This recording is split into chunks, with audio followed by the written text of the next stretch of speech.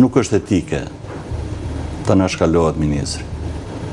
Për shumë kam pas, kryeministri nuk do marrë leje ministrit për të folë me drejtorin e përgjithshëm. Kjo nuk diskutohet. Por paktën në eksperiencën time, unë njoftoja ministrin që më ka kërkuar kryeministri dhe kur mbaroja, nëse ishte një problem që duhet ta di dhe ministri pse jo. Duhet ta ndash me ministrin. Ministri është drejtues politik.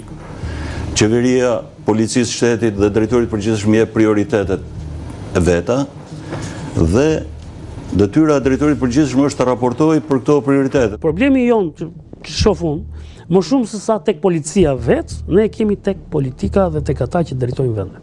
Pra, po të shikosh, vetë mënyra se si janë sjell kryeministrat e vendit, ata njerëz të plotfuqishëm që marrin mandatin politik, me drejtorët e përgjithshëm, unë kam tjetër problem. Pse i zgjedhin dhe nuk mbajnë përgjegjësinë kur dështojnë.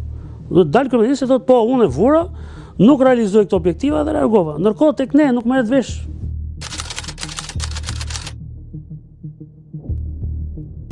Madje një nga drejtorët që krijoi marrëdhënie më afinitet me ambasadat dhe me të huajt, përfundoi shkarkuar pikërisht për këtë gjë.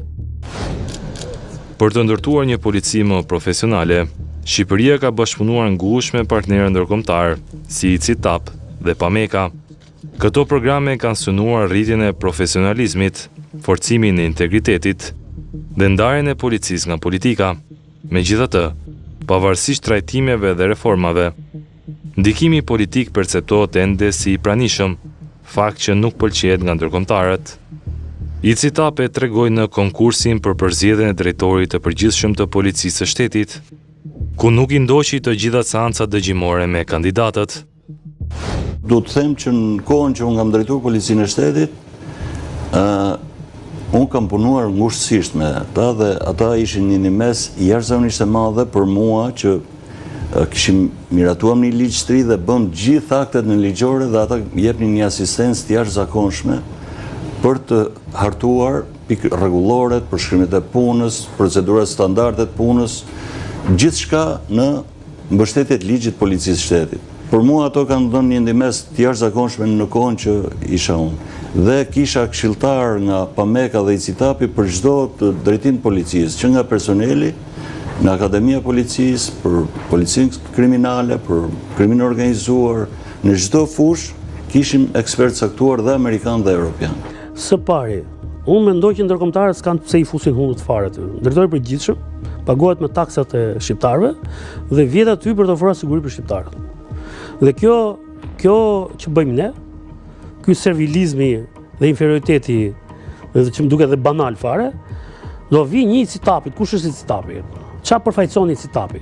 ICITAP-i do marrë koburën brez dhe vetë përballet me banditët. Ajo është çështje ekskluzive. Pse shkoi ICITAP-i kur zgjidhet drejtori i policisë i Serbisë, Italisë? Pse nuk shkon atje, ai Greqisë? Pra ne nuk duhet i lejojmë fare të hyjnë aty. Unë po them, ne kemi problemin sepse zgjidhim dhe nuk mbajmë përgjegjësinë për atë që zgjodhëm. Roli i ndërkombëtarëve do të jetë rol institucional. Kushdo që ti je drejtori i marrëdhënies dhe patjetër do mbash marrëdhënie, s'ke nga shkon, ti do mbash marrëdhënie sepse është një nga kushtet e antarësimit në Bashkimin Evropian. Drejtori i policisë është një figurë me kompetenca të mëdha dhe përgjegjësi të jashtëzakonshme, por njëkohësisht është një nga funksionet më të ekspozuara ndaj politikës dhe për sa kohë emërimi dhe shkarkimi varet nga qeveria. Pyetja për pavarësi mbetet e hapur. A mund të ketë një polici realisht të depolitizuar?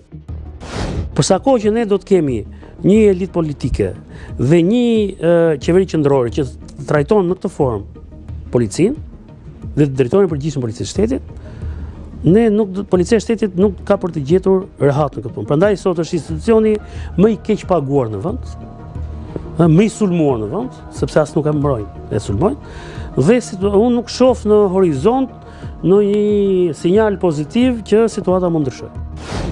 Ligji i jep kompetenca të gjera dhe një mandat të qartë, por praktika tregon një realitet tjetër. Drejtori i policisë së shtetit mbetet një figurë kyçe për sigurinë, por edhe një nga më të ekspozuarit ndaj politikës, dhe për sa kohë ky raport nuk ndryshon, sfida për një polici të pavarur mbetet ende e hapur.